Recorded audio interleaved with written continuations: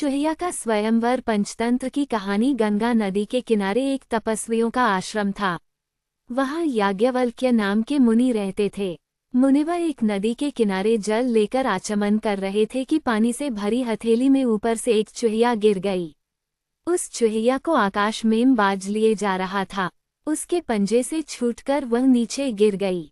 मुनि ने उसे पीपल के पत्ते पर रखा और फिर से गंगाजल में स्नान किया। चूहिया में अभी प्राण शेष थे। उसे मुनि ने अपने प्रताप से कन्या का रूप दे दिया और अपने आश्रम में ले आए। मुनि पत्नी को कन्या अर्पित करते हुए मुनि ने कहा कि इसे अपनी ही लड़की की तरह पालना। उनके अपनी कोई संतान नहीं थी, इसलिए मुनिपत्नी ने उसका लालन पालन बड़े प्रेम से किया।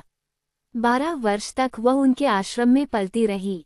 जब वह विवाह योग्य अवस्था की हो गई तो पत्नी ने मुनि से कहा, नाथ, अपनी कन्या अब विवाह योग्य हो गई है, इसके विवाह का प्रबंध कीजिए।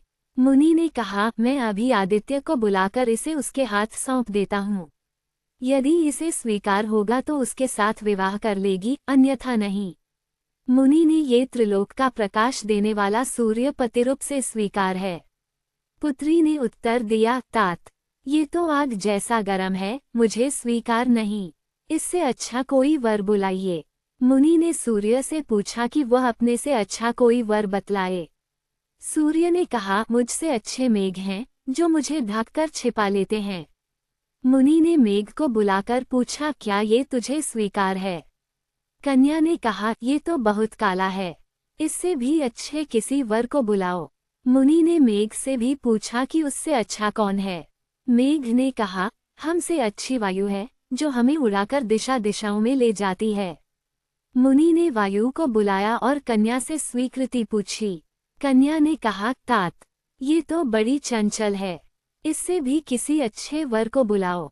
मुनि ने वायु से भी पूछा कि उससे अच्छा कौन है।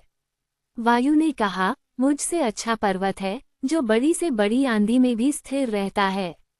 मुनि ने पर्वत को बुलाया तो कन्या ने कहा, तात, ये तो बड़ा कठोर और गंभीर है, इससे अधिक अच्छा कोई वर बुलाओ।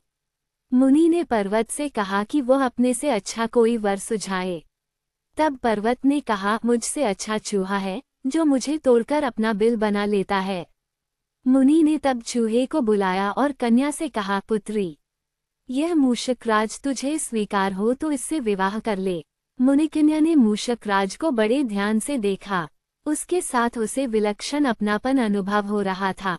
प्रथम दृष्टि में ही वह उस पर मुग्ध हो गई और बोली, मुझे मूषिका बनाकर मूषकराज के हाथ सौंप दीजिए। मुनि ने अपने तपोबल से उसे फिर चूहिया बना दिया और चूहे के साथ उसका विवाह कर दिया।